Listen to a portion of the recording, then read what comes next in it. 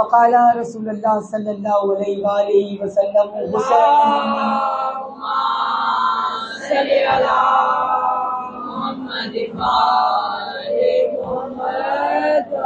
حسین منی وانا من الحسین، حسین مجھ سے ہے اور میں حسین سے۔ سلسلہ مجالس، اس عشرے کا سلسلہ ہمارا جاری ہے اور آج اس عشرے کی آخری مجلس ہے اور ہمارا عنوان حسین شناسی ہے، یعنی معرفت امام حسین علیہ السلام۔ درود بھیجیے محمد والے۔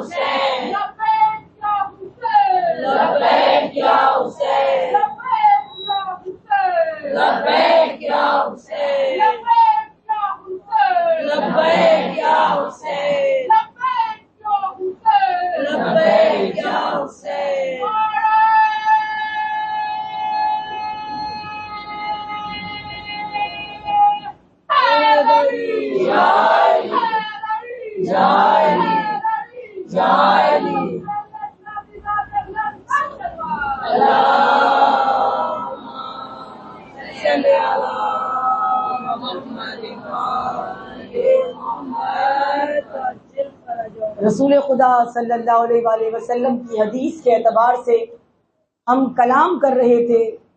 رسول خدا نے جو مولا حسین کے بارے میں فرمایا، اس اعتبار سے امام حسین کی معرفت تھی۔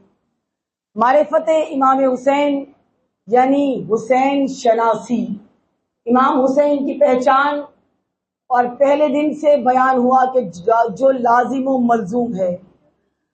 اکثر علماء کے نزدیک اپنے وقت کے امام زمانہ کی معرفت تب ممکن ہے جب جس وقت ہمیں امام حسین کی معرفت ہو جائے، اور بعض یہ کہتے ہیں کہ امام زمانہ کی معرفت حاصل کرو تاکہ امام حسین کی معرفت ہو جائے۔ غرض یہ کہ دو طرح سے جیسے بھی معرفت حاصل کی جائے، یہ دونوں ہستیاں لازم و ملزوم ہیں اپنے اپنے اعتبار سے۔ ذات امام حسین علیہ السلام کہ جن کی معرفت ہر ہستی نے اپنے اپنے مقام پر اپنی اپنی جگہ کرائی ہے، اور امام حسین وہ ہستی کہ جن کی زندگی کے ہر پہلو کو مختلف انداز سے ہر پہلو کی معرفت کرائی گئی ہے۔ یعنی جب امام دنیا میں آئے تو اس دنیا میں آنے کے بعد جو امام کی معرفت کرائی گئی وہ ایک الگ پہلو تھا۔ امام نے دنیا میں آتے ہی جن کو عطاب الہی سے نجات دلائی وہ دنیا کا ایک الگ پہلو تھا۔ امام نے آسمان والوں کو جس طرح سے نجات دلائی ہے وہ ایک امام کی زندگی کا الگ پہلو ہے۔ امام کی محبت، امام کی معرفت، امام کا علم، امام کی ذات، امام کی امامت، اور پھر میدان کربلا میں امام کی وہ معرفت کہ جو حقیقتاً کسی ہستی کو حاصل ہونی چاہیے، امام حسین کی زندگی کے مختلف پہلو ہیں۔ امام کے ان زندگی کے پہلوؤں میں آج زیادہ وقت فضائل پر نہیں لوں گی، میں جانتی ہوں آپ اس انداز سے منتظر بھی نہیں ہم فضائل کے، لیکن کیونکہ اختتام کرنا ہے آہستہ آہستہ اپنے موضوع کے اختتام کی طرف، اور پھر 12 محرم کو انشاءاللہ تعالی کل موضوع ہمارا ختم ہو جائے گا۔